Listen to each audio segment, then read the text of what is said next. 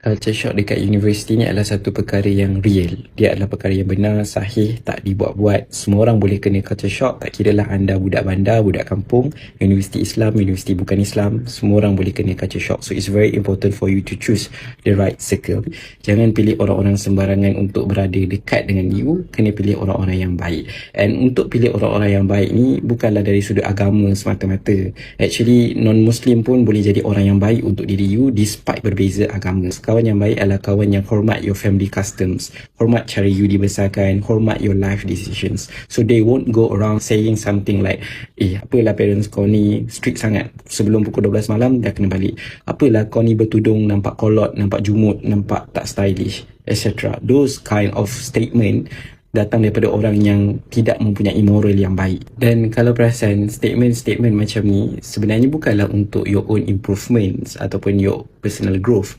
Diorang just cakap benda-benda tu sebab diorang nak you ikut their life customs. Faham tak? Diorang nak you tinggalkan budaya you, diorang nak you tinggalkan cara mak ayah you didik you, diorang nak you join gaya hidup mereka. Sebab tu, saying these things sebenarnya adalah satu perkara yang malis, mempunyai niat yang tak baik lah. Ada je kadang-kadang orang tegur kita for our own personal growth. Contohnya, kalau untuk orang perempuan mungkin you dulu tak pandai make up. So bila masuk universiti ni nak kena kemas sikit kan. Bukan bertabarus ya, just untuk kemas sikit. So, diorang pun ajar you make up sikit-sikit. So that's a good kind of culture shock. Dia adalah satu kejutan budaya yang baik sebab dia mengajar you, menjadikan diri you menjadi versi yang lebih baik. But this culture shock yang saya sebut di awal-awal video tadi, diorang disrespect your family customs, diorang masuk campur cara you dibesarkan, and benda-benda tu pula benda-benda yang memang dah baik. So kenapa you nak ubah just for the sake of nak join this kind of group?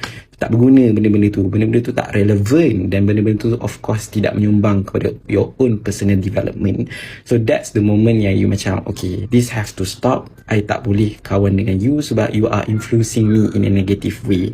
Same goes to lelaki. Paling common culture shock adalah merokok. Bila nak duduk satu meja, kena merokok. Kalau tak merokok, tak boleh duduk satu meja. Like, what? Kita sama-sama benci Arsenal kot. Kita sama-sama sokong PSG walaupun kita kelab yang berbeza.